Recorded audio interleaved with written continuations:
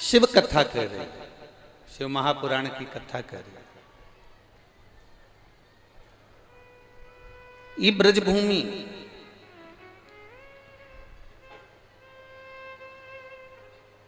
कोई कहे कि हमारे कान्हा की है, कोई कहे हमारे राम की है, कोई कहे हमारी इनकी है, कोई कहे उनकी है, पर ये ब्रजभूमि जिसका निर्णय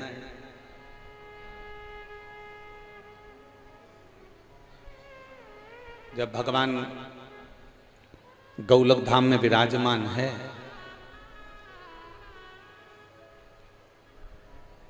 और गौलक धाम में जब मेरे ठाकुर जी विराज रहे हैं, आनंद के साथ झूले में झूल रहे हैं, राधा रानी उनके नजदीक में जब विराजमान है, और संपूर्ण देवता सारे 33 कोटि देवी देवता जितने भी हैं सब गोकुल सुंदर गौलक धाम में पहुंचे हैं। सारे देवता गोलक धाम में, और गोलक धाम में जाकर सबने एक निर्णय लिया कि भगवान कृष्ण का द्वापर में जो अवतार होने वाला है वो कहां हो, किस धरा पर हो, किस भूमि पर हो।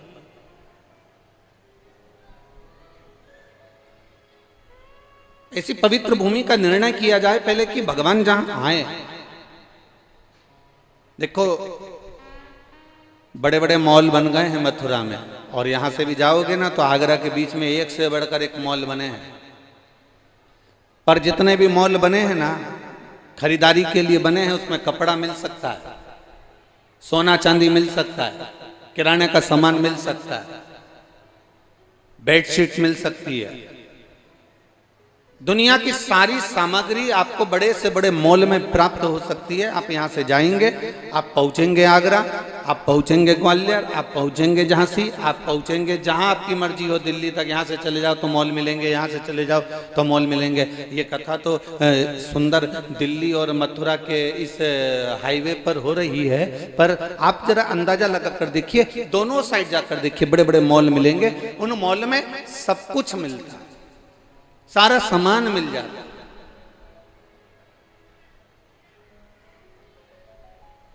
मॉल के अंदर आपको सारी वस्तुएं प्राप्त हो जाती है, सारा सामान प्राप्त हो जाता है, पर मॉल के अंदर संस्कार प्राप्त नहीं हो पाते। संस्कार के लिए आपके घर का माहौल की जरूरत पड़ती है, मॉल की जरूरत नहीं पड़ती। अच्छे संस्कार के लिए, अच्छी आनंदता के लिए, बच्चों को विद्वान बनाने के लिए, बच्चों की विद्वत्ता के लिए एक मॉल की जरूरत नहीं है कि मॉल में जाओगे तो वहां संस्कार मिल जाएगा। मॉल के अंदर जाओगे तो कुछ प्राप्त हो जाएगा। मॉल के अंदर वस्तु मिल सकती है, मॉल के अंदर सामग्री मिल सकती है, मॉल के अंदर आपको कपड़े, वस्त्र, आभूषण, रतन, माणिक, मोती सब प्राप्त हो सकता है, पर संस्कार नहीं मिल सकता। संस्कार अगर आपको प्राप्त होता है तो आपके घर के माहौल से प्राप्त होता है। जैसे इस पवित्र ब्रजरज में, इस पवित्र ब्रज की भूमि पर, इस पवित्र यमुना जी के घाट पर, इस पवित्र वृंदावन की पवित्र ब्रजरज पर जब कोई आता भी है ना, तो कितना बड़ा निष्ठुर क्यों ना हो, कितना भी विचित्र व्यक्ति क्यों ना हो, पर जैसे ही मथुरा के रेलवे स्टेशन पर उतरता है, बस स्टैंड पर उतरता है, और ब्रज की रज उसके शरीर से लगती है ना, तो यहाँ का माहौल ही ऐसा है कि उसके मुख से राधे राधे निकलना प्रारंभ हो जाता है। यहाँ का माहौल ही कुछ ऐसा। राधे अपने आप मुख से निकलने लगता है।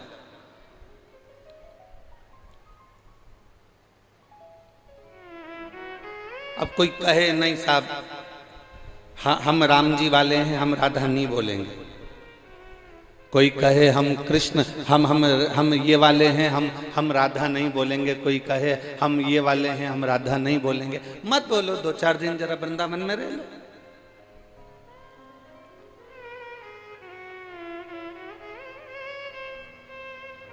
जैसे पोलियो की दवा मिलती है और उससे पोलियो मिट जाता है, उसी तरह ब्रज की धरा पर ये ब्रज की जो रज है, ये वो दवा है जिससे मेरा कन्हैया मिल जाता है। ये दवा है, ये औषधि प्राप्त हो जाता है। और कितना कितना सुंदर ये ब्रज की धरा, जहां स्वयं सारे देवता मिलकर सुंदर गोलोक धाम में आनंद के साथ, जहां भगवान कृष्ण विराजे हुए हैं झूले के अंदर, राधा जी उनके साथ बैठी हुई हैं, और बड़े आनंद के साथ वहां पहुंचकर, बड़े आनंद के साथ वहां जाकर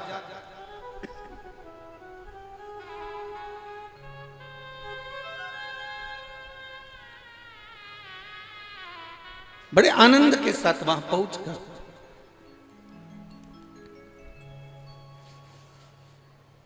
हमारे बीच में माननीय कैबिनेट मंत्री श्री चौधरी लक्ष्मी नारायण जी उत्तर प्रदेश सरकार से विराजमान हैं।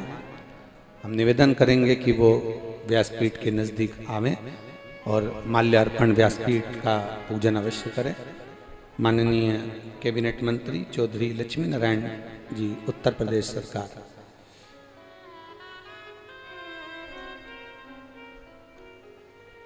शिव तत्व की प्राप्ति। और महाराज शिव महापुराण की कथा कर रही है, भगवान शंकर का पवित्र चरित्र कह रहा है। सारे देवता 33 कोटि देवता सब सुंदर गोलोक धाम में जाकर विराजमान हुए हैं। सब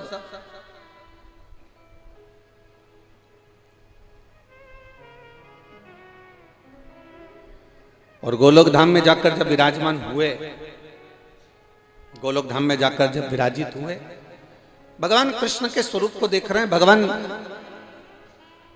स्वयं इन सभी देवताओं के मुखाग्रविंद को देख रहे हैं।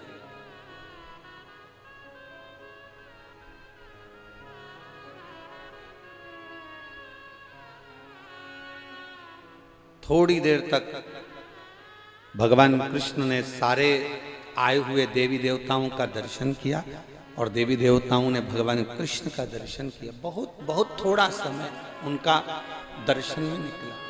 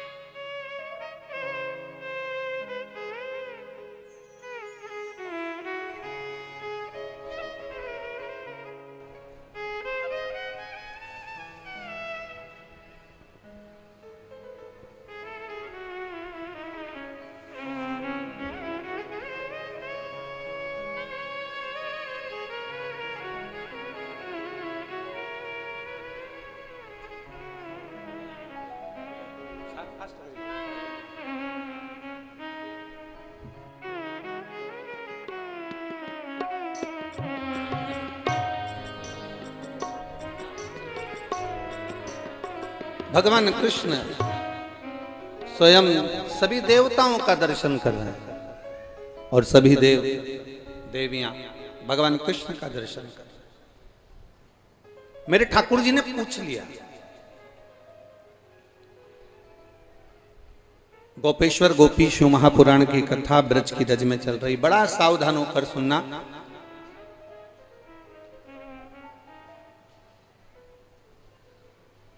कि ये रज, जिस रज का इतना महत्व है, और मेरे ठाकुर जी जब द्वापर में आए उससे पहले मेरे बाबा इस रज में क्या लीला करते थे। मेरे शंभु, मेरे त्रिकालदर्शी, मेरे कैलाशी, मेरे शंकर इस रज में कैसे विराजमान रहते थे, किस आनंद के साथ मेरे बाबा यहां पर रहे। बहुत ध्यान से सुनो और ऐसे कथा को श्रवण करना कि 7 दिन में जब हम कथा को श्रवण करें और यहां से घर जाएं, कथा समापन हो 9 तारीख को, उसके बाद में जब धनतेरस का पूजन हो और दीपावली का पूजन हो, तो ये भाव आपके भीतर होना चाहिए कि बाबा आपकी झोली में इतना भर दें, इतना भर दें कि जिंदगी में एक बार आप भी शिव महापुराण की कथा करवाएं। इस भाव से कथा को श्रवण करें।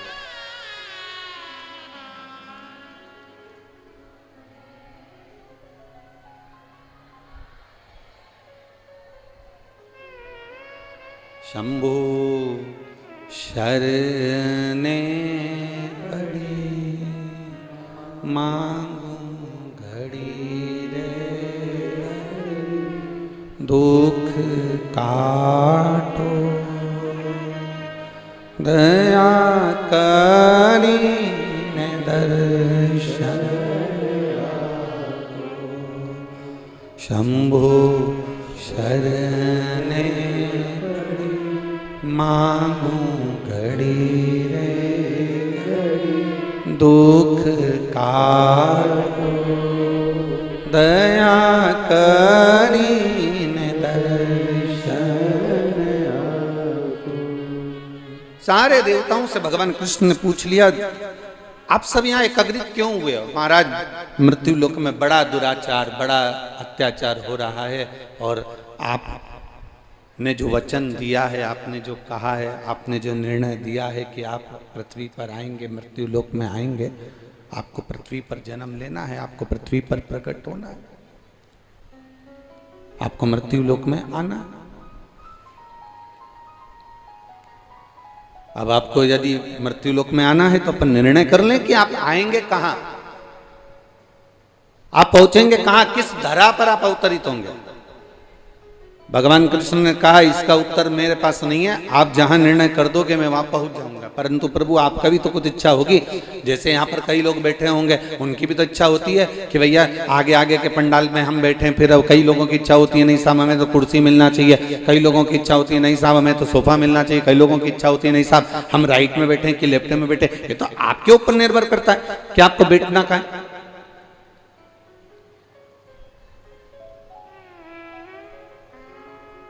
सारे देवताओं ने मिलकर कहा, ठाकुर जी आपकी जब मर्जी, आप जहां कह दो कि भगवान कृष्ण आपका जहां विचार हो जाए, आप वहां पर प्रकट हो सकते हैं, आप वहां जन्म ले सकते हैं, आप वहां पर आ सकते हैं।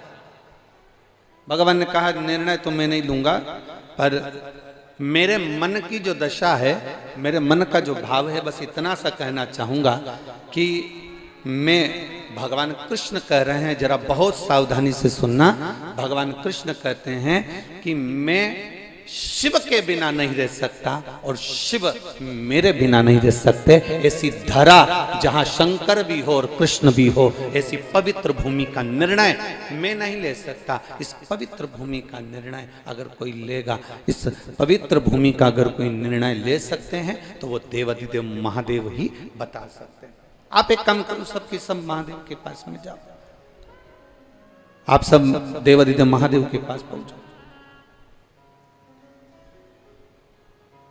सब एकत्रित हुए और सारे के सारे भगवान कृष्ण को प्रणाम कर कर, भगवान कृष्ण को नमन कर कर, सब देवाधिदेव महादेव के पास कैलाश पर्वत की ओर जाने लगे।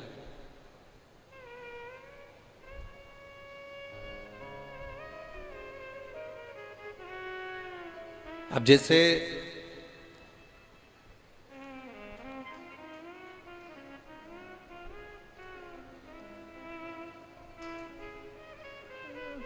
कोई लोग कह रहे थे कि गुरुजी आप हमेशा कहते हो कि ब्रज में रहने वाले बड़े पवित्र होते हैं, ब्रज में रहने वाले, अयोध्या में रहने वाले, उज्जैनी रहने वाले, काशी रहने वाले, जितनी जितनी पवित्र भूमियां, जितनी जितनी पवित्र स्थल हैं, उन पवित्र स्थलों पर रहने वाले जितने जीव हैं, जितने मनुष्य, जलचर, थलचर, वायुचर जितने भी हैं, चाहे पशु हो, चाहे पक्षी हो, चाहे मानव हो, ये सब इतने इतने पवित्र हैं, इतने आनंदित हैं, इतने शुद्ध हैं, इतने पवित्र हैं कि उनका भी दर्शन हो जाए तो जीवन की एक आनंदता हो जाए। महाराज,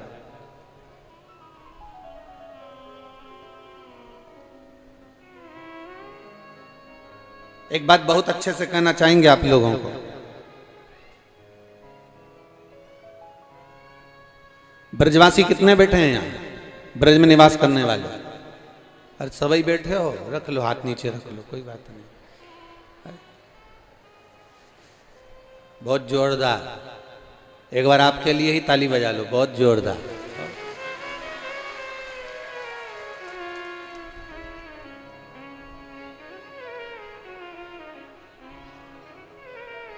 हमें तो लोग कह रहे थे कि ब्रजवासी सुनते कम है सुनाते ज्यादा है, पर यहाँ तो देख रहे हैं कि एक बार वापिस हाथ उठाओ जरा, आस्था वालों जरा एक इनको कवर जरूर करना हो। लोग कह रहे थे कि ब्रजवासी सुनते कम सुनाते ज्यादा, हम यहाँ कितने सारे बैठे हैं, एक बार जरा देखो तो जरा जोरदार। चलो कोई बात नहीं है, 7 दिन तुम सुन लो और बाकी के 7 दिन हमको सुना देना, कोई बात नहीं। बोल वृंदावन बिहारी लाल की, भूतेश्वर महादेव की, चकलेश्वर महादेव की, गोपेश्वर महादेव की, आशीश्वर महादेव की, चिंताहरण महादेव की। अब बहुत सारे महादेव हैं, अपन ब्रज के सब महादेवों का स्मरण करेंगे।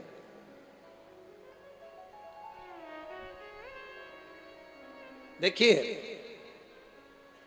भगवान सारे देवता सब एकत्रित होकर, सब आनंदित होकर, सब की सब कैलाश पर्वत पर चले गए और बाबा देवादिदेव महादेव के पास में जाकर सबने हाथ जोड़कर निवेदन करा, सबने प्रार्थना की।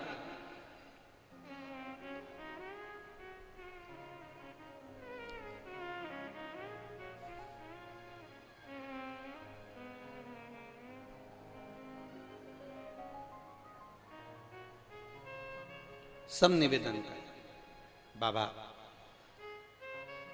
शंकर भगवान ने जो श्रवण करा, जो उनके सम्मुख में बात आई, तो देवादिदेव महादेव ने पूछ लिया क्या हो गया, कैसे आना हुआ। सब गए थे सुंदर गोलोक धाम में, तो गोलोक धाम में गए थे तो ठाकुर जी के दर्शन हुए होंगे आपको। हाँ हाँ, ठाकुर जी के दर्शन तो हो गए, राधा रानी के भी हो गए, पर बात इतनी सी है कि भगवान को अवतार लेना, प्रकट होना। तो फिर पूरी पृथ्वी पर अनाचार दुराचार अत्याचार सब हो रहा है और ठाकुर जी को प्रकट होना, कहां होंगे। शंकर भगवान ने कहा जहां ठाकुर जी की मर्जी हो वहां उनका प्रागट्य हो जाए। नहीं नहीं नहीं, उन्होंने भेजा है कि जहां शंकर है वहां कृष्ण है, जहां शंकर हैं वहां राम है, जहां शंकर हैं वहां नारायण है, और जहां कृष्ण है, जहां राम है, जहां नारायण है, वहां शंकर स्वयं विराजमान है। तो अब यह निश्चित करा जाए कि भगवान कृष्ण का अवतार कहां हो, भगवान कृष्ण प्रकट कहां हो।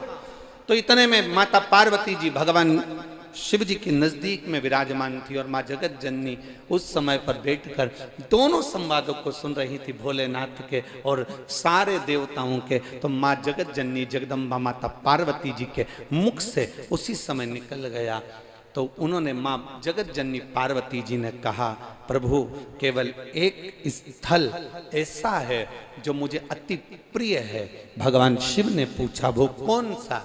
तो भगवान शंकर जब कहते हैं तो पार्वती जी कहती हैं वो केवल एक रज है, और जिस रज में आप स्वयं अड़भंग बनकर उस रज में लोट लगाते हो, अड़भंग बनकर उस रज को अपने ऊपर चढ़ा लेते हो, अड़भंग बनकर जिस समय पर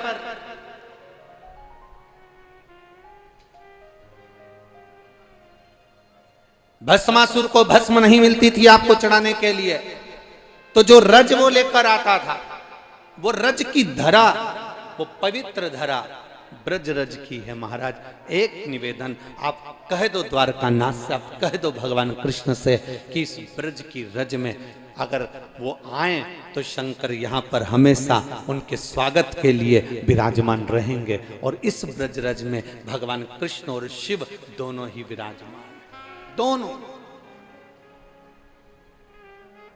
अब कहोगे गुरुजी ये कहाँ की बात है कि भगवान शंकर पहले से विराजमान? अगर भगवान शंकर विराजमान नहीं होते तो जरा विचार करिए, भगवान कृष्ण ने माटी खाई और मुख में सृष्टि का दर्शन हुआ, दर्शन हुआ तो माता यशोदा जी को चिंता हुई तो उन्होंने तुरंत उसी समय पर देवादिदेव महादेव को आमंत्रित करा।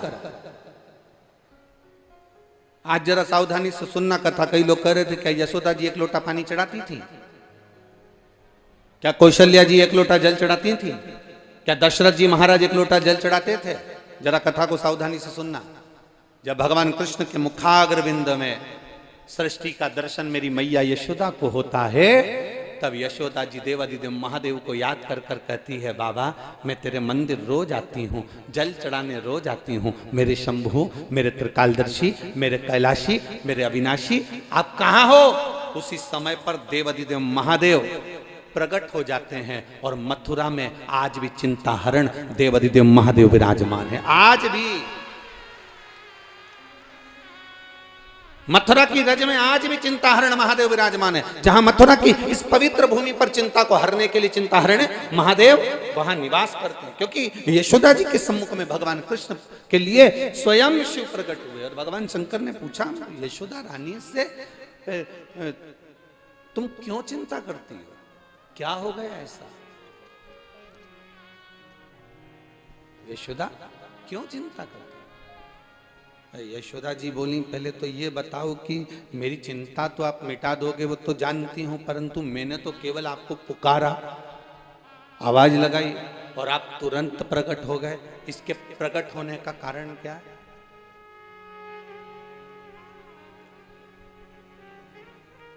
कभी कभी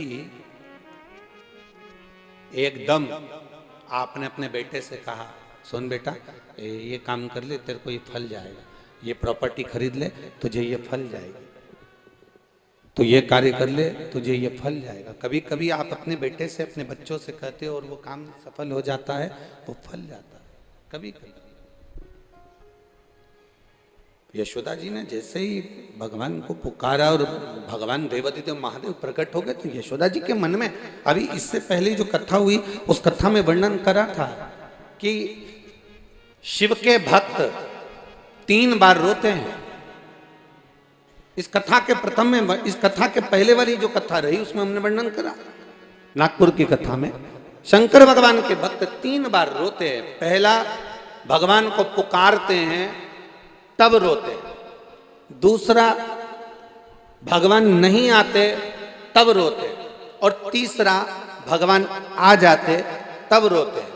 तो किसी ने पूछा, भगवान को पुकारा तब रोए चल गया, भगवान को आमंत्रित करा तब रोए चल गया, भगवान नहीं आए तब रोए चल गया, पर भगवान आ गए उसके बाद रो रहे हैं, तो ये रोने का कारण क्या है? तो किसी से पूछा जाए तो वो कहते हैं, भगवान के आने के बाद, शंकर जी प्राप्त होने के बाद में शिव का भक्त इसलिए रोता है कि मेरे जैसे पापी ने ऐसा कौन सा पुण्य कर दिया जो मेरा महादेव मेरे सामने प्रकट हो गया।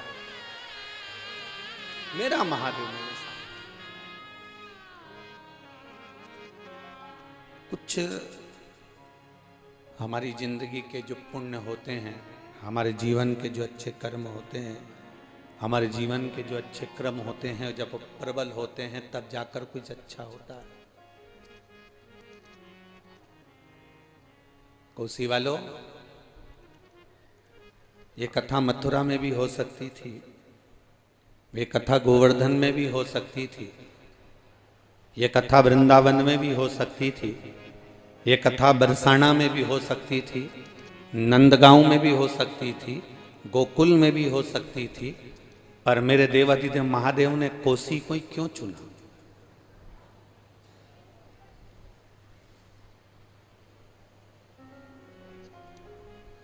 क्यों?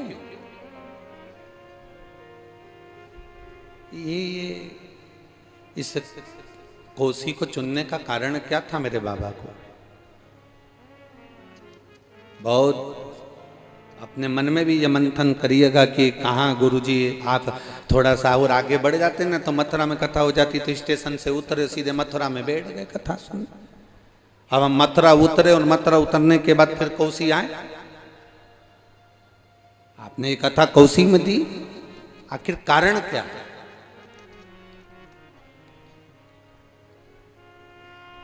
क्या कारण? ऐसा क्या है इस पवित्र भूमि क्रीड़ा स्थली भगवान कृष्ण की कौशी कला में? ऐसा क्या है जहाँ भगवान ने इतनी क्रीड़ा करी और शिव महापुराण भी मिली, तो इस धरा को मिली, इस पवित्र भूमि को मिली? उसका केवल एक कारण था। कभी आपने अगर स्मरण किया हो तो कुर्म पुराण में एक बड़ी सुंदर चरित्र लिखा,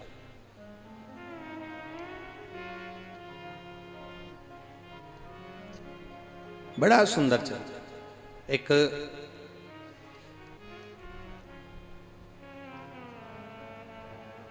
कौशिक ब्राह्मण था।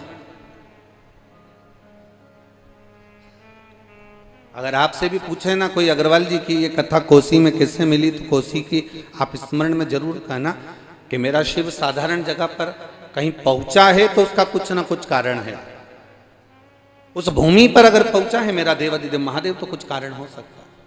और आज सब आप गौरव महसूस करिएगा कि कोशी की इस पवित्र भूमि पर कथा सुन रहे हो, ब्रज 84 कोस की इस पवित्र भूमि पर बैठकर कथा सुन रहे हो। आज आपके भीतर गर्व होना चाहिए कि ये वो धरा है जिस धरा का वर्णन कुर्म पुराण के अंतर्गत वर्णित किया।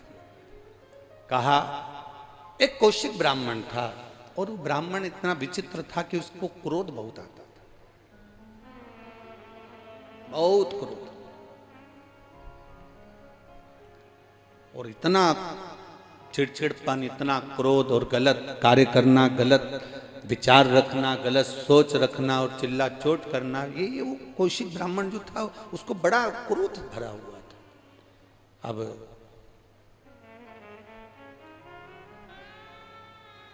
बहुत क्रोध उसके भीतर जब समाहित हो गया, धीरे धीरे धीरे धीरे उसके शरीर में एक रोग हो गया। एक रोग उसके जीवन में, एक शरीर में एक रोग आ गया और उसके शरीर में कोढ़ का रोग हो गया। उसका शरीर गलने लगा, पांव की उंगलियां गल रही है, हाथ की उंगलियां गल रही है, शरीर की हथेलियां गल रही है, पूरा शरीर, नाक, कान सब गलने लगे, होठ सब गल रहे। उसकी एक पत्नी थी जिसका नाम था कौशी, जिसको कुर्म पुराण में कौशिकी भी कहा गया। उसका नाम था कौशिक, जिसको कौशिकी भी कहा गया। पत्नी को दिखा कि मेरा पति बहुत चिड़चिड़ा है, क्रोधीला है, अपशब्द कहता है, गाली देता है, आड़ा टेढ़ा कहता है, पर उसके शरीर में रोग हो गए। अब धर्म पत्नी जो होती है ना, वो बड़े धर्म को निभाती भी है। अगर पति बीमार पड़ा है तो उसकी सेवा में तल्लीन भी रहते। कोसी ने अपने पति को देखा कि ये कोढ़ से ग्रसित है, सारी दुनिया उससे नफरत कर रही है। एक तो वो चिड़चिड़ा, अपशब्द बोलने वाला, ताना देने वाला, और पत्नी उसकी सेवा में लगी है। सेवा में लगी ऐसी कि पति आज भी चिड़चिड़ा, अभी भी क्रोध कर रहा है। इतना रोग होने पर, शरीर में इतना कष्ट होने पर भी अगर 1 मिनट देरी से अगर भोजन ला कर दे पत्नी, तो पति उस थाली को उठाकर पत्नी के मुख पर मार देता।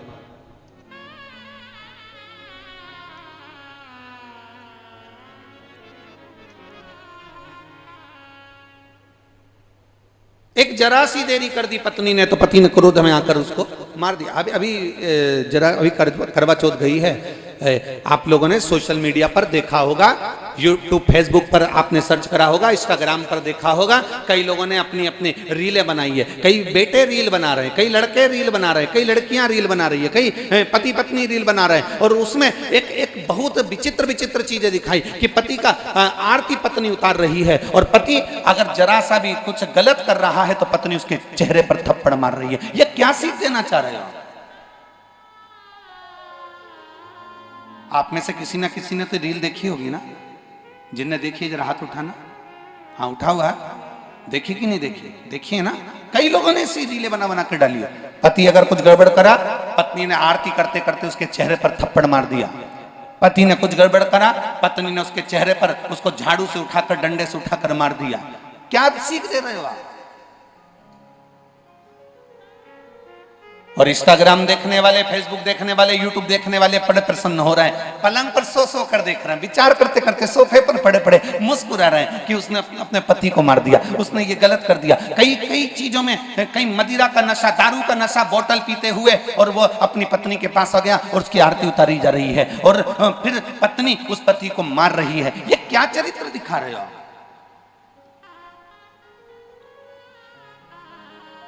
ए मेरी ब्रज की जीजियों और मेरे ब्रज के जी जाऊं, एक बात आप लोगों से कहना चाहेंगे, और जितने भारत की भूमि पर देश विदेश में बैठकर जितने भी लोग इस पवित्र ब्रज की धरा से दामोदर मास कार्तिक मास में शिव महापुराण की कथा सुन रहे हो, आप सबसे एक निवेदन करना चाहेंगे, ऐसे सोशल मीडिया पर, ऐसे इंस्टाग्राम पर, ऐसी फेसबुक पर जब इस तरह की पोस्ट आया करें तो सबसे पहले डिलीट करा करो और लिखकर भेजा करो कि आज के बाद ऐसी पोस्ट ना बनाई जाए जिसमें सनातन हिंदू धर्म की हंसी उड़े। हमारी पूजन की पद्धति की कह रहा हूं, ये पति क्यों? कोसी ने कहा, गुरुदेव आप अपना श्राप वापिस ले रहे हैं। कौसी कहती है श्राप वापिस लीजिए। मांडव जी कहते हैं मैं नहीं ले सकता। कौसी ने भी कह दिया मैंने अपने पति की सेवा करी है, यदि मैंने अपने पति को परमेश्वर मानकर सेवा करी तो मैं भी आज श्राप देती हूं कि कल का सूर्य उदय ही नहीं होगा।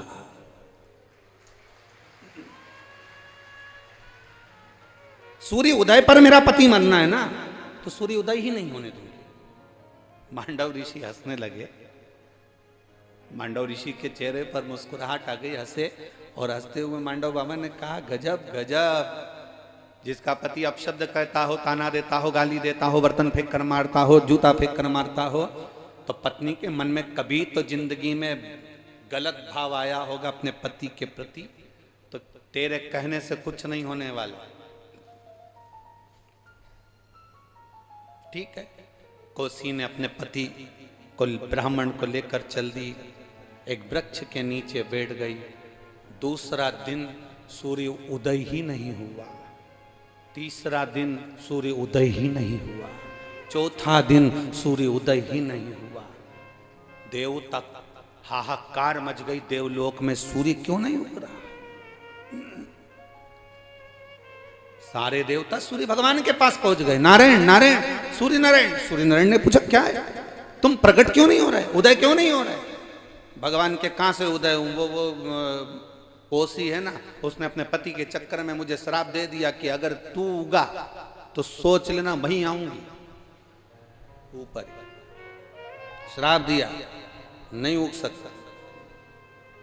सारे देवता एकत्रित होकर भगवान विष्णु के पास में गए, नारायण कुछ करिए। वो कोसी के कहने से उसका पति के चक्कर में उसके पति को मांडव ऋषि ने श्राप दे दिया सूर्य उदय होगा और तेरा पति मरेगा, और कोसी ने श्राप दे दिया कि सूर्य उदय नहीं होगा, मेरा श्राप है, नहीं हो सकता। मेरा भी संकल्प है, मैंने अपने पति की सेवा करी है, सूर्य नहीं, क्या करा जाए? भगवान नारायण ने कहा करें क्या ये बताओ। सारे के सारे देवता एकत्रित होकर नारायण के पास गए। नारायण ब्रह्मा जी के पास गए, ब्रह्मा भगवान शंकर के पास गए, कुछ करिए। शिव जी ने कहा एक काम करो, सतियों में भी सती अनसुईया जी के पास जाइए। अनसुईया जी अगर इस कोसी को समझा देंगे तो फिर ये कोसी सूर्य देव से कहेगी तो सूर्य उदय हो सकते हैं। आप जाओ अनसुईया जी के पास, माँ अनसुईया के पास में, जहां सतियां निवास करती हैं, जहां सात्वित्वमान नारी निवास करती है।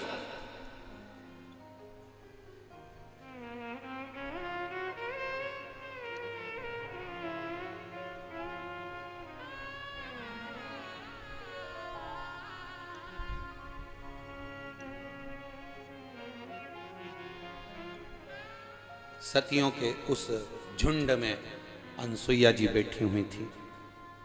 सारे देवताओं ने माता अनसुईया जी से कहा, हे ब्रह्मा विष्णु और महेश की माता, जिनको आपने पलने में झुलाया है मां, आप जाकर कोसी को समझाओ ना कि कोसी सूर्य देवता को उगने दे।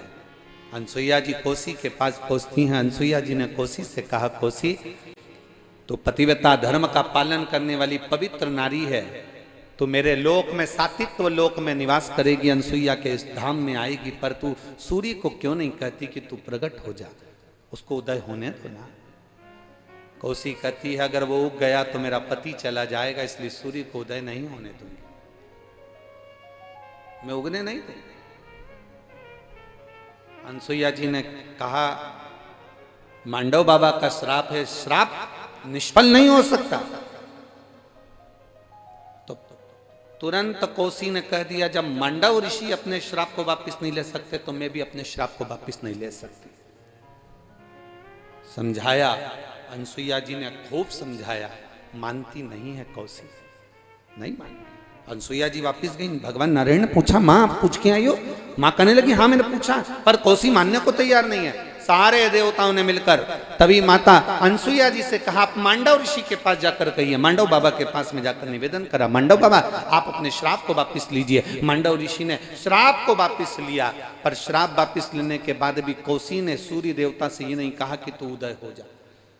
फिर देवता एकत्रित हुए, फिर वापिस पहुंचे कोसी के पास में जाकर फिर निवेदन करा, माँ अब तो श्राप वापिस ले लिया, अब आपका पति मरेगा नहीं, अब वो सूर्य उदय होने पर प्राण नहीं छोड़ेगा, अब तो कुछ करिए। तब कोसी ने कहा, पहले मुझे वचन देना पड़ेगा, मेरे पति के लिए भी और मेरे लिए भी वचन देना पड़ेगा। मांगो क्या है? जब इस धरा पर, पवित्र भूमि पर, जब द्वारिका नाथ भगवान कृष्ण आए, क्रीड़ा स्थली उनकी यह रहे, भगवान खेलें इस भूमि पर, और मुझे वचन दो, ब्रज की परिक्रमा करते करते जब कोसी के मध्य से या कोसी के रज से कोई छू कर जाए तो उस नारी का अखंड सौभाग्य हो जाए, ऐसा वर मुझे दे दो, वो वर मुझे दिया जाए।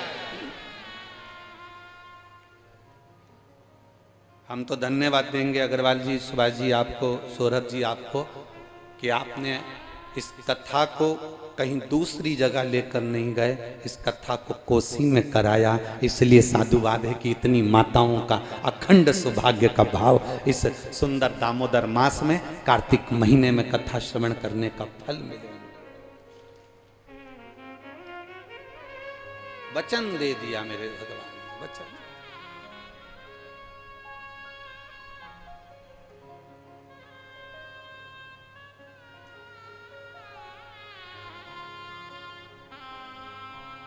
जैसे चांद में है लाली,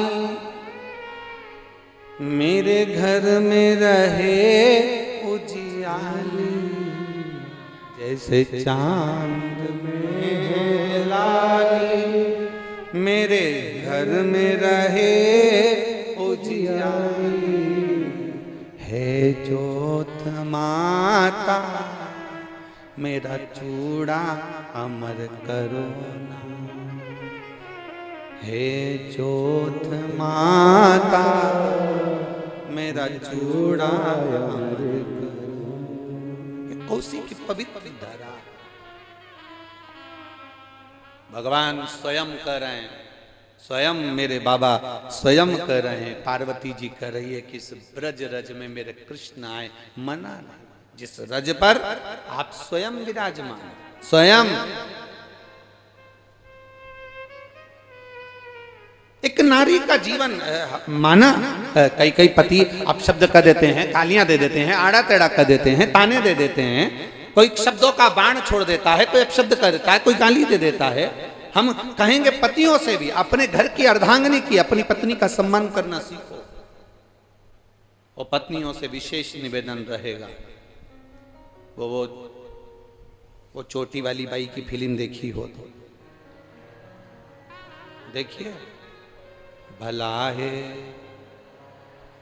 बुरा है जैसा मेरा।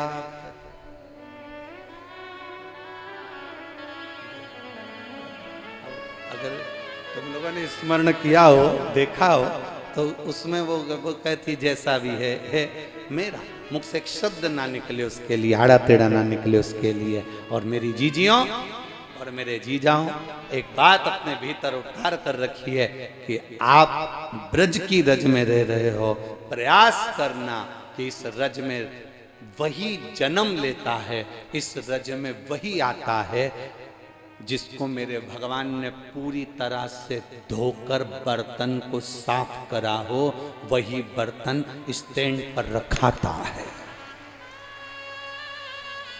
वही बर्तन जिस बर्तन को मेरे बाबा ने, वो कहे ना, बहू जिस बर्तन को अच्छे से धो लेती, मांज लेती, साफ कर लेती, विम पावर से सब अच्छे से उसको साफ कर लेती है, पोंछ लेती है, वही बर्तन ऊपर अलमारी में रखाता है, वही बर्तन स्टैंड पर रखाता है। जो बर्तन झूठा होता है, गंदा होता है, चिकनाई वाला होता है, वो स्टैंड पे रखा होता है। अरे बोलो तो जम के, अच्छे से तो आवाज निकालो। नहीं रखा रहता। कहाँ रखा रहता है? बाथ बेसिन में, बर्तन मांजने वाली जगह पर, मंजोटे में, वो बर्तन वहां पड़ा है, वो बर्तन वहां धरा, वो बर्तन वहां पड़ा। बस आप भी अंदाजा लगाना, जितने लोग तीर्थ में रह रहे हैं, जितने लोग आनंद में रह रहे हैं, जितने लोग कहीं उज्जैनी में, काशी में, मथुरा में, वृंदावन में, ब्रज 84 कोस में कहीं आप निवास कर रहे हैं, चाहे कुबेरेश्वर धाम के नजदीक में रह रहे हो, सिद्धपुर नगर सीहोर में रह रहे हो, चाहे तुम पवित्र भूमि पर निवास कर रहे हो, तो ये विचार कर रहना कि मेरे बाबा ने आपको घिस कर, मांझ कर, साफ कर कर अच्छे स्टैंड पर रख दिया है। आप वो बर्तन हो जो श्रेष्ठता में हो, जो आनंदता, अब वो हो सहज। भगवान शिव ओगड़दानी, त्रिकालदर्शी, कैलाशी, अविनाशी स्वयं इस पवित्र भूमि पर प्रकट होते हैं।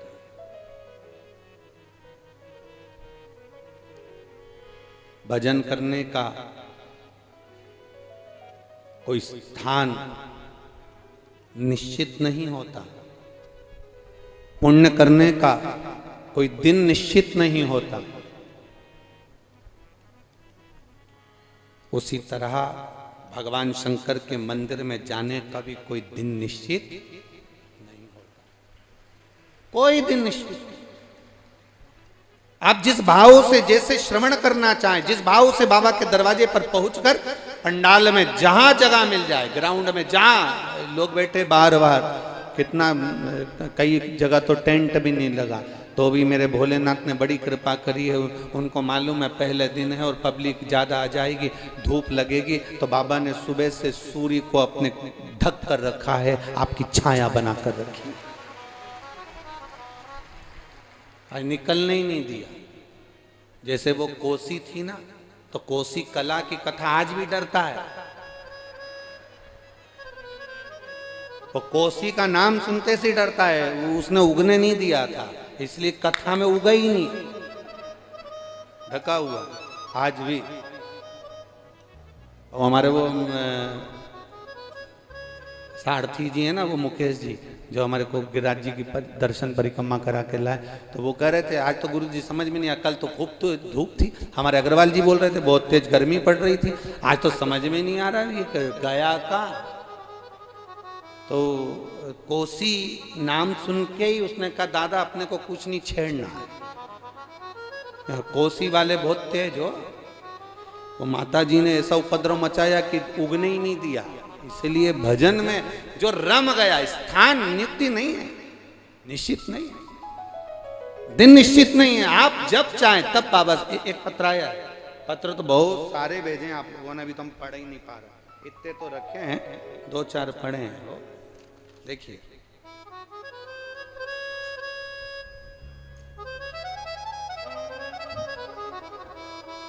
मेरे सूरज भान सिंह, मोती नगर एक्सटेंशन, बालाजीपुरम, मथुरा, उत्तर प्रदेश के रहने वाले हैं। कहीं बैठे हो तो हाथ हिला सकते हैं, कहीं बैठे हो तो हाथ हिला सकते हैं।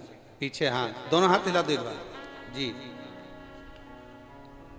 वापिस हिला दीजिए एक बार हाथ। दोनों आए हैं साथ में। श्री शिवाय नमस्तुभ्यं। मैं सूरज भान सिंह, मोती नगर एक्सटेंशन, बालाजीपुरम, मथुरा, उत्तर प्रदेश का रहने वाला हूँ। भोलेनाथ की कृपा का क्या वर्णन करूं। जिनको पत्र पढ़ना है एलईडीओं पर और आस्था चैनल पर भी पत्र हमारे पास में है, आप उसको पढ़ सकते हैं। भोलेनाथ जी की कृपा का मैं क्या वर्णन करूं, मेरे बाबा ने मुझ पर क्या कृपा करी है गुरुदेव। मैंने कई बार पेपर दिया लेकिन कुछ नंबरों से रह जाता था। जब मैंने कथा पर टीवी पर आपकी कथा श्रवण करी है, फैसला लिया कि मैं बाबा के दरवाजे पर शंकर जी के मंदिर जाऊंगा, 1 लोटा जल चढ़ाऊंगा। बाबा का शिव मंदिर जाना चालू करा। लोग कहते थे इतना जिस परीक्षा के लिए तू एग्जाम दे रहा है इसमें निकलना तेरे बस की बात नहीं। पर गुरुदेव सारी समस्या का हल एक लोटा जल। मंदिर जाता, बाबा को जल चढ़ाता, लोग हंसते भी कि शिव मंदिर में जल चढ़ाने से मिलता क्या है। एक बार मेरे कुबेरेश्वर धाम पर भी गया और बाबा को भी प्रणाम करा, वहां से भी मैं आचमन कर कर आया और बाबा से प्रार्थना कर कर आया, बाबा मुझे पास करना, मेरा एग्जाम निकलवा देना। जिस दिन मेरा पेपर था उस दिन मैंने भोले बाबा को भरोसा रखकर पेपर दिया। और जैसा गुरुजी आप कहते हो कि शिव जी पर भरोसा करो और अपनी मेहनत पूरी करो, अपना कर्म नहीं छोड़ना, पढ़ना नहीं छोड़ना, मेहनत नहीं छोड़ना। मैंने भी नहीं छोड़ी। गुरुदेव दोस्त तो कहते थे तेरा रेलवे में कभी नौकरी नहीं लग सकती, पर मैंने भी बाबा से प्रार्थना कर कर पूरी तरह से मेहनत करी। अब की बार एग्जाम देने गया तो बेलपत्री के मध्य भाग में शहद लगा कर गया और शिव जी को लगाकर लोटा भर जल चढ़ाकर चले गया। इतना समय हो गया था, मेरी नौकरी रेलवे में नहीं थी गुरुदेव, पर अब बाबा की कृपा से मेरा फिजिकल भी हुआ, मेडिकल भी हुआ और बाबा ने मुझे रेलवे में नौकरी दे दी। मैं बाबा को यहाँ प्रणाम करने के लिए आया हूँ। बधाई आपको बाबू। गुरुदेव एक बात और कहना चाहता हूँ, जब मैंने परीक्षा पास कर ली और मैं रेलवे में नौकरी में लग गया, मेरा मौसी का लड़का जो कि भगवान को कभी मानता नहीं था, मैंने उससे कहा टीवी पर कथा आती है आस्था चैनल पर, तो सुना कर शिवपुराण, बाबा जरूर तेरी भी नैया पार करेगा। और गुरुदेव वो हंसता था मुझ पर जल चढ़ाने पर अब वो भी मंदिर जाना चालू हो गया। और बाबा की कृपा का मैं क्या गुणगान करूं गुरुदेव, जो कभी शंकर को नहीं मानता था, शिव जी को जल चढ़ाते चढ़ाते वो खुद इंडियन नेवी में सिलेक्ट हो गया और बाबा उसकी तरफ से भी मैं प्रणाम करने आया हूं। ये शिव है। बैठिए, बहुत बहुत बधाई। दोनों हाथ हिला दो एक बार, हर हर महादेव। शंकर शंकर। एक पत्र और बड़ा सुंदर। मैं सुमन शर्मा, निवासी Sun City colony, Agra road, Hathras. कहीं बैठी हो तो हाथ हिला सकती हैं, कहीं पर बैठी हो तो हाथ हिला सकती हैं, जहां कहीं भी बैठी। अच्छा इधर है क्या? हाँ हिलाइए हाथ, इधर पे वापिस हाथ हिलाइए। मैं सुमन शर्मा, निवासी Sun City colony, Agra road, Hathras. एक बार वापिस हाथ हिलाइए। हाथरस मेरा मोबाइल नंबर ये है। गुरुजी मैं एक लोटे जल का और पशुपतिनाथ के व्रत का वर्णन करना चाहती हूँ। मेरा बेटा कृष्णा शर्मा कई वर्षों से भारतीय वायुसेना के लिए, इंडियन एयरफोर्स के लिए तैयारी कर रहा था, पर उसका नहीं हुआ। तब वो आखिरी में हार गया। फरवरी में फिर उसका एग्जाम आया तो मैंने उससे कहा कि तू शिव मंदिर जाया कर, चल मेरे साथ कथा श्रवण करने के लिए अलवर चलते हैं। बाबा की कथा को श्रवण करना, पंडाल में बैठकर जो मांगा जाता है वो बाबा देता है, ये सियोर वाला महाराज कहता है। हम अलवर की कथा में बाबा से प्रार्थना करें, पंडाल पे बैठकर कथा सुनी और बाबा से आप कहते हो ना श्री शिवाय नमस्तुभ्यम कहने के बाद मांगना चाहिए। मैंने बेटे को नौकरी मांगी है और इंडियन एयरफोर्स में मांगी। बाबा मैं क्या वर्णन करूं। 25 मार्च को मेरे बेटे ने फॉर्म भरा, मैंने पशुपतिनाथ का व्रत प्रारंभ किया। तीसरा सोमवार था और मेरे बेटे का एडमिट कार्ड आया। फिर बाबा 15 जून 2023 को शाम को एयरफोर्स का ऑनलाइन रिजल्ट आया, जिसमें मेरा बेटा उत्तीर्ण हो गया, पास हो गया। और फिर मेरे बेटे को भरोसा पक्का हो गया कि कथा सुनने का फल क्या होता है, गुरुदेव शिव मंदिर जाने का फल क्या होता है। फिर फेज 2 में, जिसमें फिजिकल, इंटरव्यू और मेडिकल होना था, उसका भी एडमिट कार्ड मेरे बेटे को आ गया। इसी बीच में बेटे को दोबारा से पशुपति व्रत करवाया और इंटरव्यू के लिए भेजा। मेरा बेटा पशुपति व्रत करते करते इंटरव्यू दिया। 15 जुलाई को पार्थिव शिवलिंग का निर्माण आपने जो करवाया वो भी हमने करा। और बाबा की कृपा से मेरा बेटा, जिसको मेडिकल में पास होना था परंतु उसका 2 किलो वजन ज्यादा था, अब 2 किलो वजन ज्यादा था तो कैसे पास होता, तो उसने कह दिया माँ मैं वजन कम कर करके रह गया पर मेरा वजन कम नहीं हुआ, अब मैं क्या करूं। माँ ने कहा शिव जी पर चढ़ी हुई एक बेलपत्र खाकर चले जा और रिजल्ट बाबा देगा। शंकर जी पे चढ़ी हुई बेलपत्र खाकर मेडिकल का एग्जाम दिया और बाबा की कृपा से मेरा वजन फिक्स निकला और मैं एयरफोर्स में नौकरी लग गई, मेरी ज्वाइनिंग हो गई। मैं बाबा को प्रणाम करने आया। माँ बधाई आपको। दोनों हाथ हिला दो एक बार वापिस। श्री शिवाय नमस्तुभ्यम। बहुत बहुत बधाई। शिव तत्व है, औघड़ी है शब्द।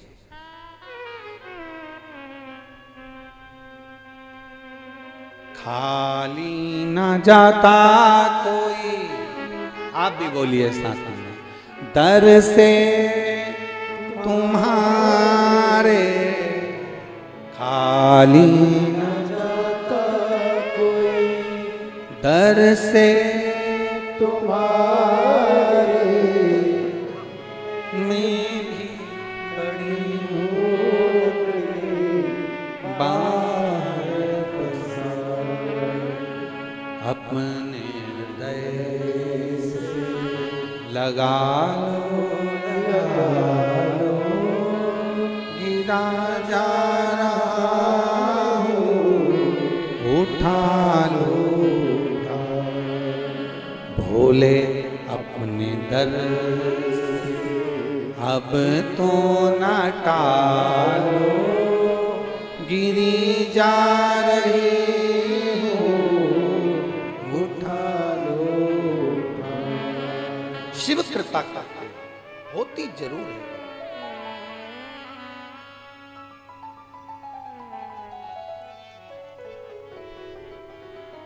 महाराज,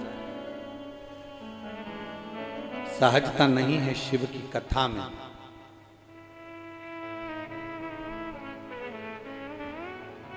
जब देवराज नाम के ब्राह्मण को मेरे बाबा पार कर सकते हैं, तो आपका कल्याण क्यों नहीं कर सकते?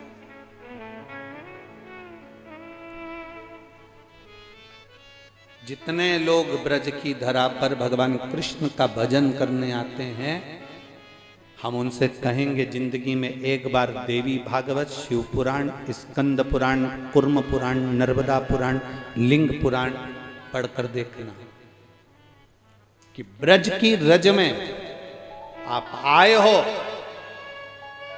अगर ब्रज की रज में आकर आप केवल बिहारी जी का दर्शन कर कर, ठाकुर जी का दर्शन कर कर चले गए,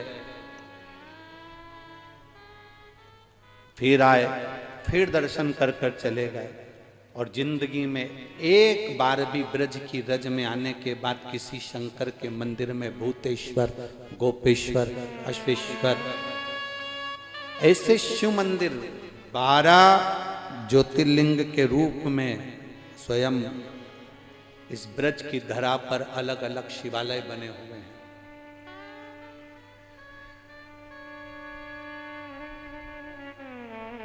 कभी जिंदगी में आओ, ब्रज की रज में आने के बाद खाली मत जाना।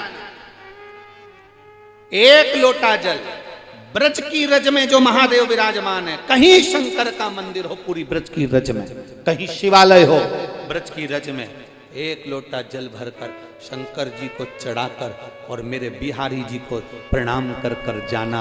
ये झोली खाली नहीं, भर कर लेकर आओ।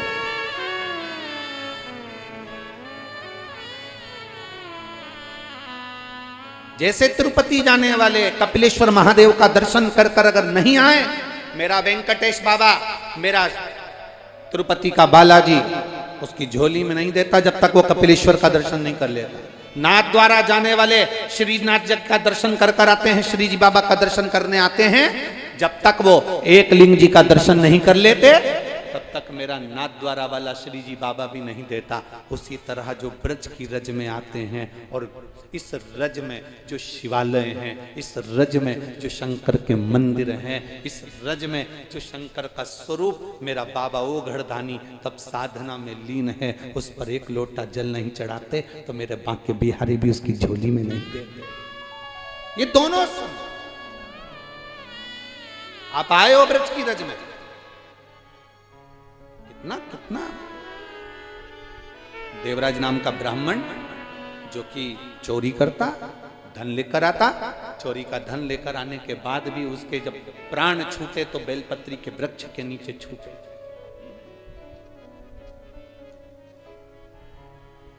प्राण छूट गए। देवादिदेव महादेव नंदी लेकर आ गए, नंदी पर बिठाकर उसको चलने लगे। उसने कहा मेरे जैसा पापी, चोरी का धन है मेरे पास में, चोरी का धन है मेरे पास, मेरे जैसा पापी। एक पत्र में एक महिला ने लिखा है कि लोग मुझे ताना देते थे तेरे घर में औलाद कभी नहीं होगी।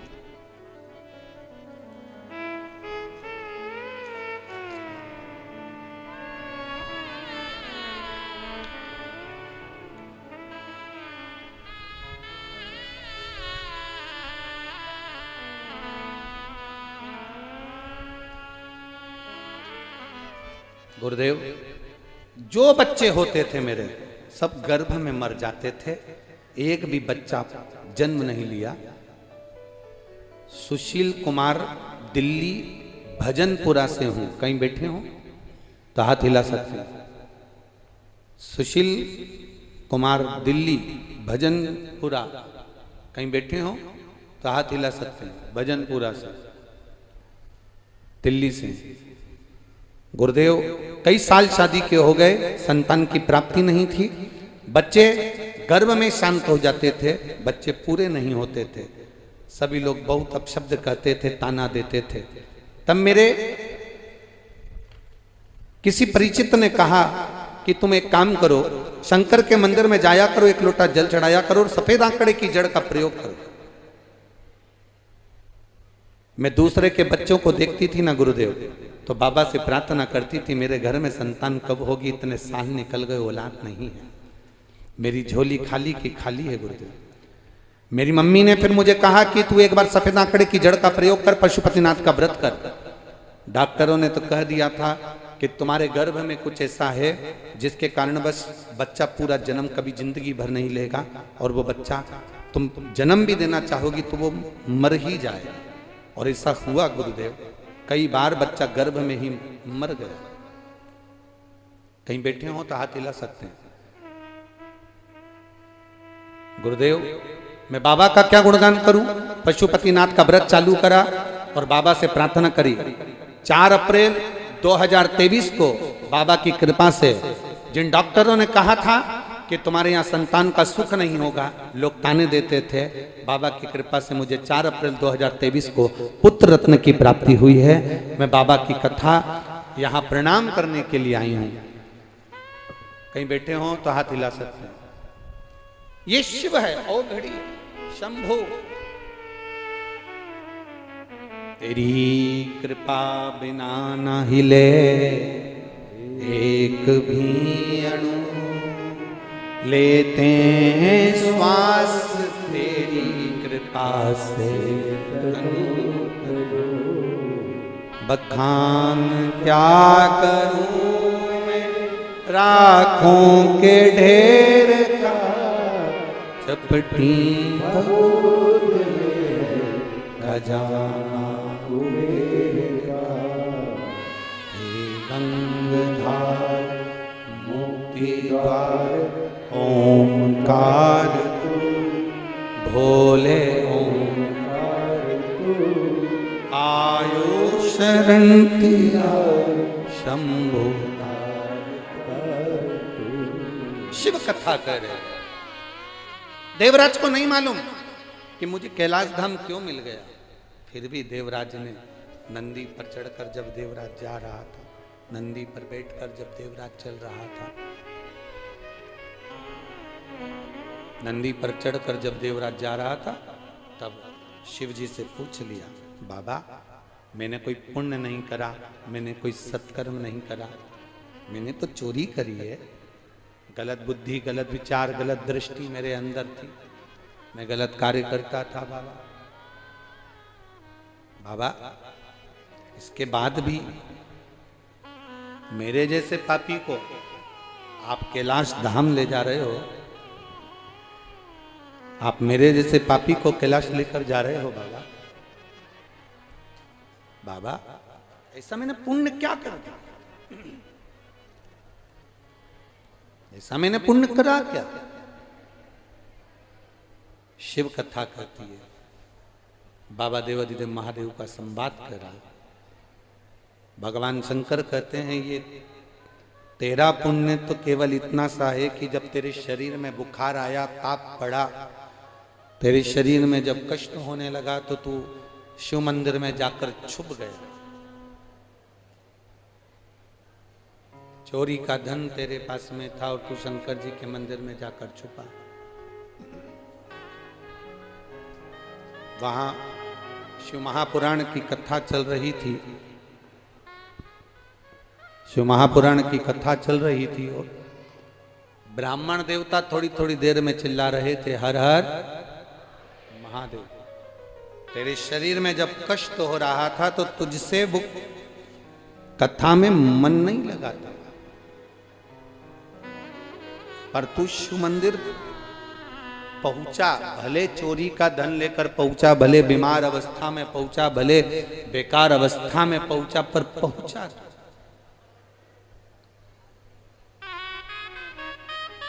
पहुंचा। किसान फसल लगाता है, किसान बीज बोता है, तो ये नहीं कहता कि बीज को मैं सीधा रखूं कि उल्टा रखूं। बोलो सही है कि गलत? बीज कैसा डाल रहा है ये किसान को नहीं मालूम कि ये उल्टा है कि सीधा है कि टेढ़ा है कि आड़ा। उसने तो बीज जमीन में डाल दिया। अब जमीन में मिट्टी का काम है, उस जल का काम है, उस मिट्टी का काम है कि उस बीज को वो प्रकट करे, उस बीज को वो जन्म दे और पौधा बाहर की ओर निकले। किसान ने तो बीज बो दिया। आपका काम है, कोई कहे कि तू गलत है, कोई कहे कि तू बेकार है, कोई कहे कि तू ऐसा है, कोई कहे कि तू वैसा है, कोई कहे कि तू ये है वो है। हमें नहीं सोचना। कोई पापी भी कह रहा है तो कहने दो, कोई अपशब्द कह रहा है देने दो, कोई ताना दे रहा है देने दो, कोई गाली दे रहा है देने दो, पर हम शिव का मंदिर ना छोड़ें, हम भगवान शंकर का शिवालय ना छोड़ें, हम शंकर के दरवाजे पर जाना ना छोड़ें, हम शिव को एक लोटा जल चढ़ाना ना छोड़ें।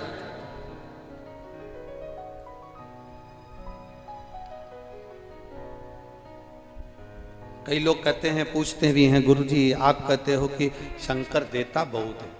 महाराज देवता देते हैं पल्लर झाड़ के और शंकर देते हैं छप्पर फाड़ के। शिव देता बहुत है, शंकर देते बहुत है। लोग कहते हैं कि गुरुजी ऐसा शिव में क्या है? हम कहें कभी मौका मिले ना तो एक बार आपने कथा श्रवण करी होगी कि आप लोग तो ब्रज के निवासी हो और ब्रज में तो बड़ी सुंदर सुंदर रसिक रसिक कथाकार इस ब्रज की धरा पर भगवान कृष्ण की कृपा से इस ब्रज की धरा से बड़े बड़े वक्ता, बड़े बड़े संत, बड़े बड़े साधुजन, बड़े बड़े गुरुजन, बड़े बड़े एक से बढ़कर एक रसिक वक्ता इस ब्रज की धरा ने दिए हैं, इस रज ने दिए। हम तो उन सभी बड़े बड़े वक्ता, कथा के श्रोता, कथा के वक्ता और संत साधु और ब्राह्मण जन, जितने भी इस ब्रज की रज में जितने जितने वक्ता हैं, छोटे से लेकर बड़े तक, उन सब के चरणों की हम तो धूल हैं मात्र। हम केवल एक धूल रज। पर उनके मुख से आपने सुना होगा, उनके मुख से आपने श्रवण किया होगा कि जब यशोदा मैया के घर पर लाला का जन्म हो गया, भगवान कृष्ण प्रकट हो गए, और भगवान कृष्ण जब प्रकट हुए तब प्रकट होने पर भगवान शंकर को लगा कि मेरा ठाकुर आया है, मेरा कृष्ण आया है, मेरा नारायण आया है, मुझे दर्शन करने जाना चाहिए।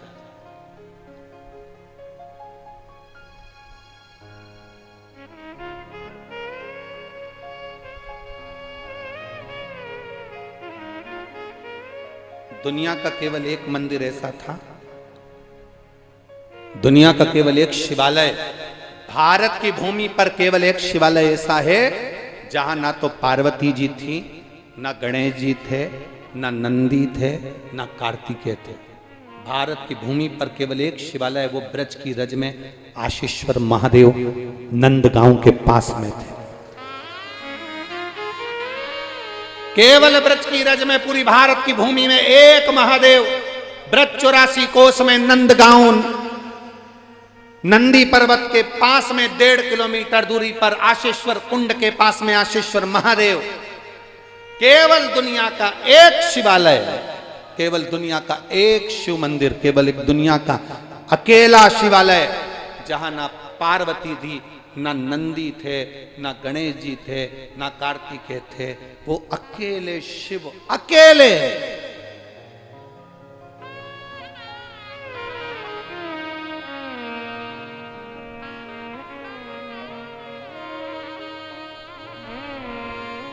पार्वती जी पूछी भोलेनाथ जी से, भगवान शंकर से पूछा, बाबा कहां जा रहे हो? स्वामी कहाँ जा रहे हो? प्रभु जी कहाँ जा रहे हो? शंकर भगवान कुछ ना बोले। भगवान भोलेनाथ जी को मालूम था बता के जाऊंगा तो ये मुझे जाने नहीं देगी। मैं वृंदावन जा रहा हूँ, मैं ब्रज की रज में जा रहा हूँ, ठाकुर जी प्रगटे हैं, मुझे जाना है। अरे जा कहाँ रहे हो? बाबा बोले मैं बता कर नहीं जाऊंगा। इतने में भगवान गणेश जी आ गए। उन्होंने पूछ लिया पिताजी कहाँ जा रहे हो? अच्छा, पिताजी पर बहुत ध्यान दिया जाता है।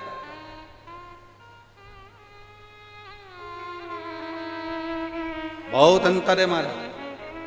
पति आता है ना तो पत्नी पति का चेहरा देखती है, बच्चे पिता का हाथ देखते हैं कि क्या लेकर आए।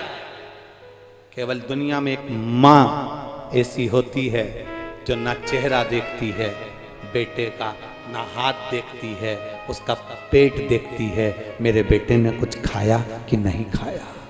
केवल एक मां। बुजुर्ग, बूढ़ी पत्नी, पति आया, पत्नी प्रसन्न होकर उसका चेहरा देखती है। बच्चे हाथ देखते हैं, मेरे पापा क्या लेकर आए। घर की बुजुर्ग मां अपने बच्चे का ना चेहरा देखती है ना हाथ देखती है, केवल उसका पेट देखती है, मेरे बेटे ने कुछ खाया कि नहीं खाया। बेटा दुकान से आया है, कुछ खा ले, चाय बनवा ले, बहू से बोल दे कुछ ला कर दे देगी, भूखा होगा, ले आ ये खा ले। वो हमेशा बात करेगी तो अपने बेटे का पेट देखकर करेगी, मेरा बाबू दुबला हो गया, मेरा बेटा दुबला हो गया, मेरा छोरा दुबला हो गया। वो हमेशा बोलेगी तो अपने बेटे का पेट देखकर बोलेगी, मेरा बेटा ने कुछ खाया कि नहीं खाया। बहू से कहेगी उसको खिला दे।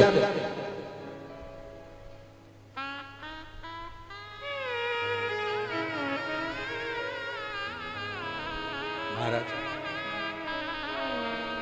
भगवान देवादिदेव महादेव से माता पार्वती जी कह रही हैं तुम जा कहाँ रहे हो, पहुंच कहाँ रहे हो, कहाँ जा रहे हो?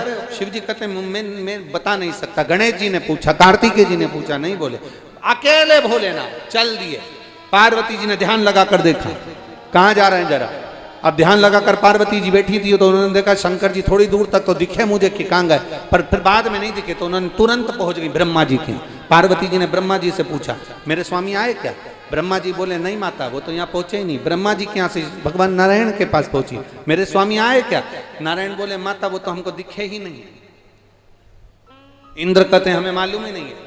तब पार्वती जी ने गणेश जी से पूछा तुम्हारे पिताजी कहाँ गए? ये घर के जो बच्चे होते हैं ये कैमरे से कम नहीं होते हैं। ये बहुत कैमरा रखते हैं। छोटे छोटे जो बच्चे होते हैं बहुत कैमरा। एक छोटा सा बच्चा अपनी दादी से बोला ओ दादी, ओ दादी। दादी बोली हाँ रे छोरा। दादी तू एक बार मुंह से बोल देगी क्या एक बात? दादी ने बोला कौन सी बात? दादी यूं बोल तू टे बोल दे टे। दादी ने बोला बेटा ये टे बोलने से क्या होता? नहीं दादी प्लीज तू एक बार पहले यूं बोल टे। दादी बोली मैं नहीं बोलूंगी, पहले मेरे को बता कि तू टे क्यों बोलवा रहा है। दादी तू बोल तो सही। दादी बोली नहीं बोलूंगी। दादी ने 5 रुपए दिए, जा टॉफी खा लेना, अब बता मुझे टे क्यों बुलवा रहा है। दादी रात को मम्मी पापा पलंग पे बैठ के बात कर रहे थे, जब बुढ़िया टे बोल जाएगी तो सारी प्रॉपर्टी अपनी हो जाएगी, सारी जाएगी।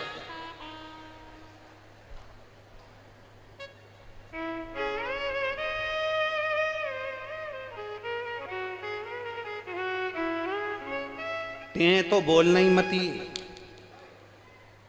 सुभाष जी धर्मपत्नी को बोल देना टे तो बोलना ही नहीं।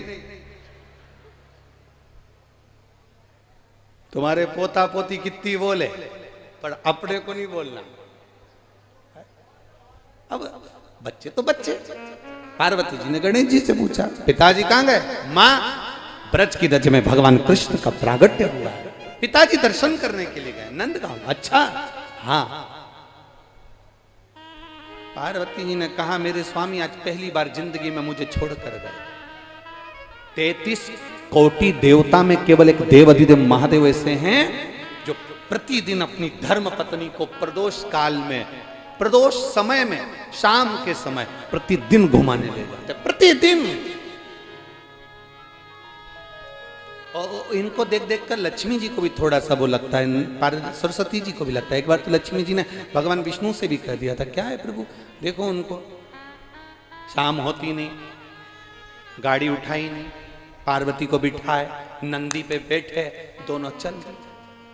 और तुम हमको आज तक कहीं लेके नहीं गए। जब हम जाते हैं तब तुम नहीं जाते, तुम जाते हो तो हम नहीं जाते। तुम खुद देख लो, कोई घर में सत्यनारायण का पूजन करते हैं तो आपको अकेले को बुलाते हैं, और दिवाली पे लक्ष्मी पूजन करते हैं तो मुझे बुलाते हैं, अकेले हमें कभी लेकर नहीं गए। भगवान ने कहा कि अब मैं क्या बताऊं, उनको देखो दोनों घूमने जाते हैं। आपके भी कोसी गांव में, आपके नगर में, आपकी कॉलोनी में, आपके दिल्ली विल्ली जहां से तुम लोग कथा सुनने आए हो, जिस फ्लैट में रहते हो उसके पास में कोई रहता हो और वो अपनी पत्नी को रोज मोटरसाइकिल पे घुमाने ले जाए, मार्केट ले जाए, मॉल ले जाए और टाकीज ले जाए, तो घर में जो बहुएं रहती है ना पत्नी, उनका भी जीवड़ा बड़ा कुड़ता। इनको कमाने से फुर्सत नहीं, उनको घुमाने से फुर्सत। और जितने यहां ड्यूटी में लगे हैं इनकी भी यही हालत है। उनसे भी कह दे तुम्हें कमाने से फुर्सत नहीं, नौकरी से फुर्सत नहीं, और हमें आज तक कहीं लेकर नहीं गए, कहीं कर। भगवान नारायण एक बार तो लक्ष्मी जी से कह दिया, अच्छा तेरा मन है ना तो चल मैं तुझे घुमा कर लेकर आता हूं। लक्ष्मी जी गई और तुरंत जब घूमने के लिए तैयार होने गई, तैयार होकर लक्ष्मी जी ने बैकुंठ के आज 8 दरवाजे, 8 दरवाजे में ताला लगाया, 14 खिड़कियां, सारी खिड़कियों में दरवाजे ताले लगाए, लगाकर जो बाहर आई अंधेरा हो गया। लक्ष्मी जी कहने लगे अब तो रात हो गई। भगवान बोले तो अब क्या करें, तो लक्ष्मी जी बोली अब कैसे घूमने जाएंगे। रोज लक्ष्मी जी तैयार होती, दरवाजा खिड़की बंद करती, जब तक तो रात हो जाती। भगवान विष्णु से लक्ष्मी जी ने कहा देखो पार्वती और शंकर जी दोनों जाते हैं, वो अपने घर में दरवाजे में ताला माला नहीं लगाते, ऐसे ही चले जाते हैं क्या। भगवान विष्णु बोले कुछ होए तो लगाए।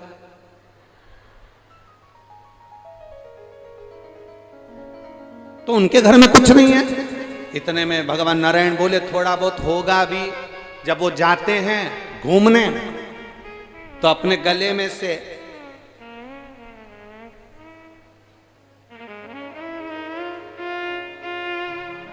नाग देवता को उठाकर छोड़ जाते हैं। रोज जाते हैं, हाँ, सांप छोड़कर चले जाते हैं। तो कोई उनके घर में नहीं जाता। शंकर जी बोले जिसके बाप में दम हो तो चले जाए।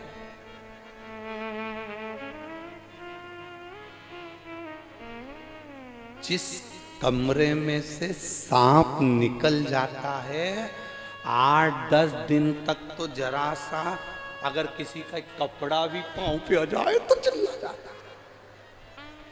बोलो री जीजी हो सही है कि गलत है? अरे बोलो तो नहीं, ब्रज 84 कोस के रहने वाले हो, बड़े मस्ती में बोलो, सही है। एक जरा सा किसी का कपड़ा गया, अरे राम, तो फिर यहां तो बाबा है। अब पार्वती जी को लगा कि रोज घूमने जाते हैं, रोज भ्रमण पर जाते हैं, पर आज तो गजब कर दिया बाबा ने, मुझको लेकर नहीं गए, मेरे को लेकर नहीं गए। अब पार्वती जी को गुस्सा आ गया। पार्वती जी बोली तुम जाओ हम भी जाते। और पार्वती मैया तुरंत यशोदा जी के यहाँ पहुंच गई। और यशोदा रानी के यहाँ जैसे ही पार्वती मैया पहुंची, सुंदर माथे पर बिंदी माता के, सुंदर लाल चुंदड़ी माता की, और एक बुजुर्ग बूढ़ी का रूप रखकर, होठों पे लाली, नैनों में सुरमा, मेरी माँ के बालों में गजरा, और बुजुर्ग। अब बूढ़ी माँ इतना श्रृंगार करी तो यशोदा को तो सोचना था कि है कौन।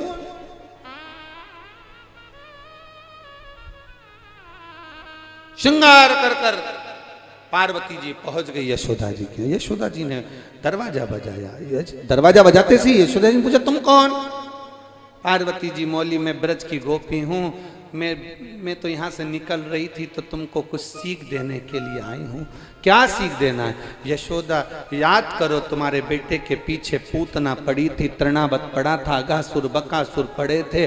अब सुन ले, पूतना पड़ी थी जैसे पीछे, जैसे अघासुर बकासुर पड़े थे।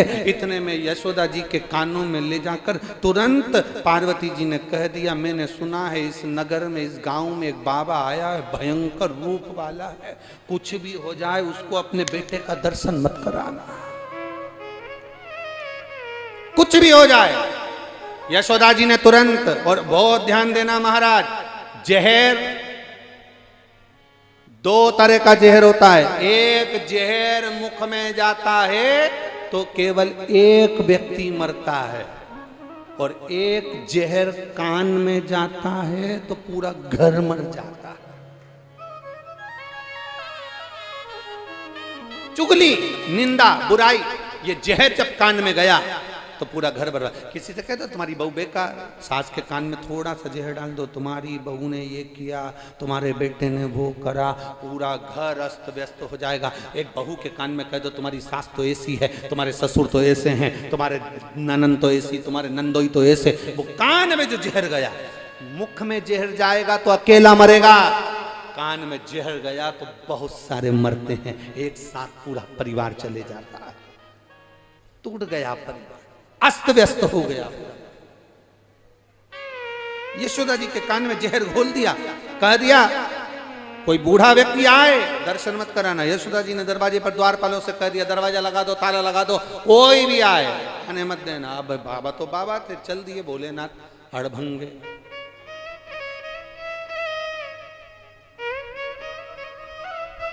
बाबा आए दरवाजे पर, दरवाजा की अलख लगाई, दरवाजा कोई ना खोले, कोई नहीं। यशोदा जी ने आवाज सुनी, लाला के कानों में शब्द गया, लाला मुस्कुराए, प्रसन्न हुए ठाकुर। अब इतने में तुरंत यशोदा जी के पास खबर गई, बहुत बुजुर्ग सा कोई बाबा आया है, तन पर राख लपेटी है, पर लगता बहुत बहुत पुराना।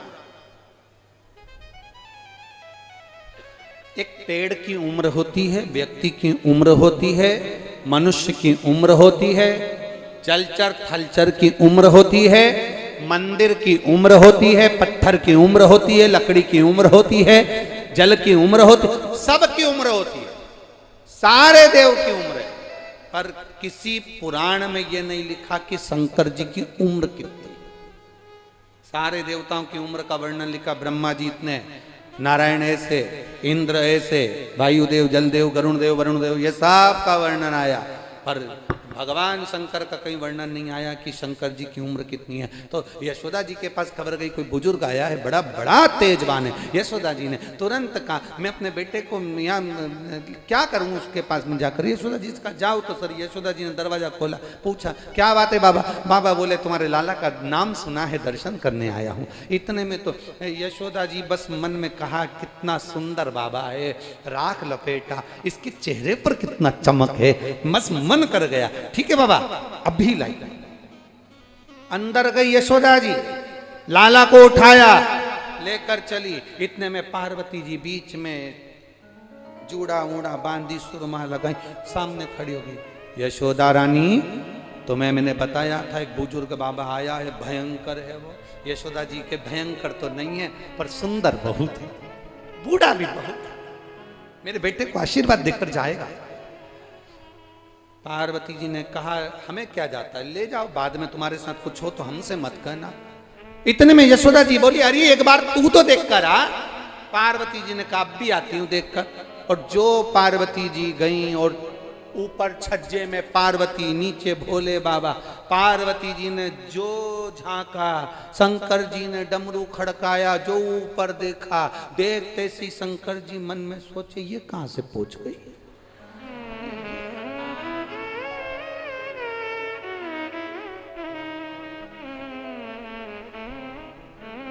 पार्वती जी हाथ से इशारा कर कर बोली अब आओ अंदर।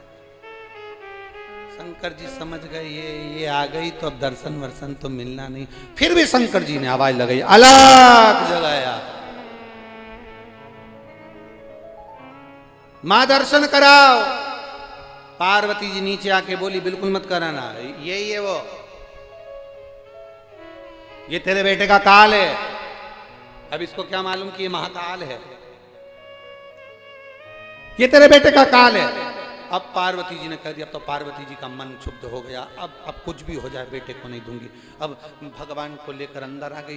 बाबा ने भी सोच लिया क्या करा जाए। नंदी पर्वत के नजदीक में कुंड के किनारे मेरा बाबा अखंड धुनी रमाकर बैठ गए।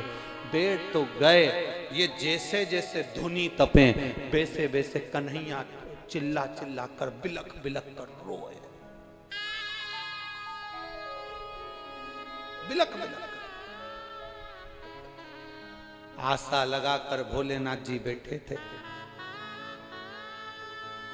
उन्होंने भी आशा लगा ली थी अब तो मैं नहीं आऊंगा, अब तुम आओ, और लगन तुमसे लगा बैठे जो होगा देखा जाएगा, तुम्हें अपना बना बैठे जो होगा देखा। ये लगन लगा ली। होता है ब्रज की गोपियों में एक भाव होता है। एक बार एक गोपी ने बड़ा सुंदर भाव व्यक्त किया महाराज। एक गोपी दही बेचने जा रही है और दूसरी गोपी को घर पर छोड़कर जा रही है और बड़े भाव से कहकर जा रही है, अरे दही बेचन मथुरा जाऊं रे, ध्यान रखियो गुजरिया। अरे ओ गुजरी, आप भी बोलो, दही बेचन मथुरा जाऊं ध्यान रखियो। इतने धीरे से मत बोलो गुजरिया, नहीं तो मालूम पड़े दीपावली के गुजिये याद आ जाए। थोड़ा अच्छे से आवाज लगा कर, दही बेचन मथुरा जाऊं ध्यान रखियो गुजरिया, शाम से पहले घर ना आऊं रे, ध्यान रखियो। सखी बोल रही है मुझे छोड़कर क्यों जा रही है? अरे सुन, काना जो आवे तो, क्या विचार है, भगा दें? सखी कह रही है काना जो आवे तो आवन दीजिए।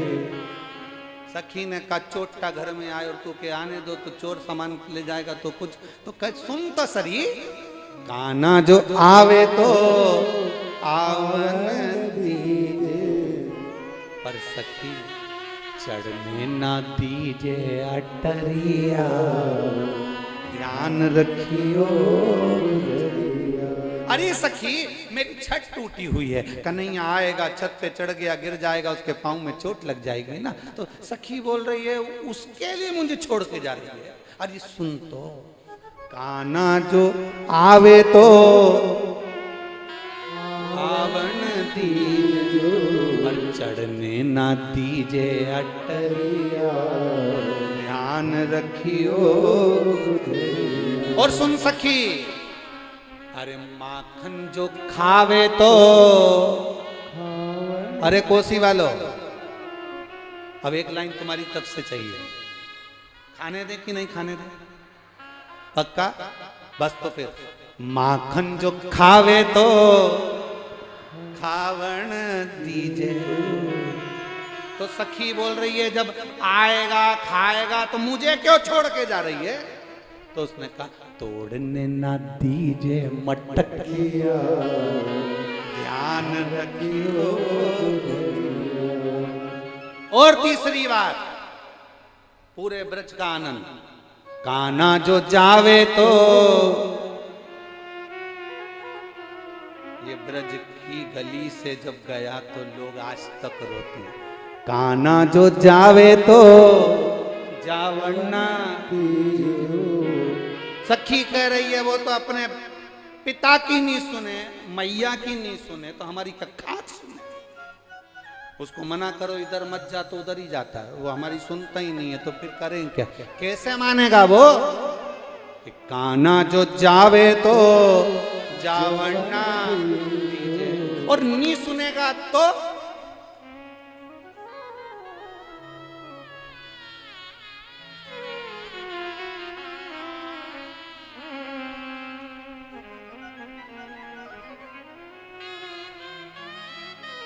आखिरी का तोड़ है, काना जो जावे तो जावन्ना, और अगर चले गया तो छीन लीजिए बाकी बंसुरिया, ध्यान रखियो। आखिरी में उसकी बंसी छुड़ा लेना, बंसी में उसके प्राण बसते हैं, बंसी में राधा बसती है, बंसी में उसके भक्त बसते हैं, इसलिए उसको छोड़कर कहीं नहीं जाता। छुड़ा छीन लीजिए बाकी बंसुरिया, ध्यान रखियो। कहाँ जाए बाबा? तो यहाँ कह दिया। अब भगवान शंकर ने सोच लिया, अब मैं भी तप करने बैठ गया हूं, आस लगा कर बैठा हूं। शंकर जी का सबसे बड़ा आनंद है, जो शिव से आस लगाता है वो कभी खाली नहीं जाता है, उसका भंडार भर कर ही जाता है। गलती हमारी, गलती संसार के लोगों की, जो दुनिया से आस लगाते हैं, ये हमारा काम कर देंगे, वो हमारा काम कर देंगे, वो हमारा काम कर देंगे, ये हमारा काम कर देंगे। गलती तुम्हारी है जो तुम दुनिया के लोगों से आस लगाते हो। जो शंकर से आस लगाता है वो कभी खाली नहीं जाता। ये इतने पत्र हैं, इन पत्रों को एक बार अगर मौका मिले तो खाली समय में पढ़ना। इसमें सब लिखा है कि आस लगाने का फल क्या होगा। गलत जगह आस लगाओगे वो पूरी नहीं होने वाली। हमारे काका जी हमको ये दे देंगे, हमें वहां से जमीन मिल जाएगी, कोई मुझे गाड़ी दिला देगा, कोई मुझे ये दिला देगा।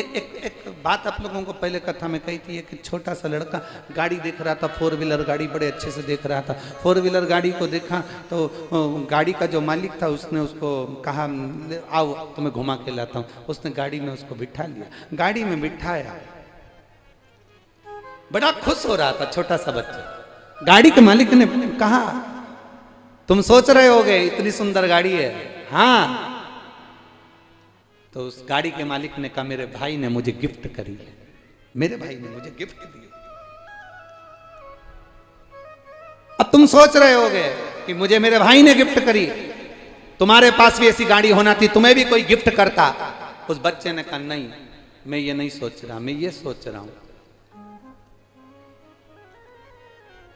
भोलेनाथ मुझे भी ऐसा बनाना, मैं भी ऐसी गाड़ी किसी को गिफ्ट कर सकूं।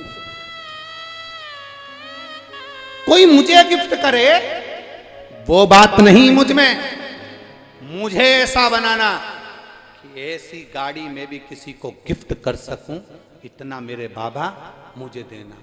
दुनिया के लोग आस लगाते हैं कि मुझे ये मिल जाए, दुनिया के लोग आस लगाते हैं मुझे ये गाड़ी मिल जाए, मुझे ये मिल जाए, मुझे वो मिल जाए। पर आपके अंदर भोलेनाथ के प्रति वो आस लगी होना चाहिए कि बाबा मुझे ऐसा देना कि जिंदगी में, जैसे आज कोसी में श्री सुभाष जी, सौरभ जी और ये समिति बड़े भाव से कथा करा रही है, ऐसी कृपा मेरी झोली में डालना कि मैं भी जिंदगी में एक बार ऐसी शिव पुराण की कथा करवा सकूं।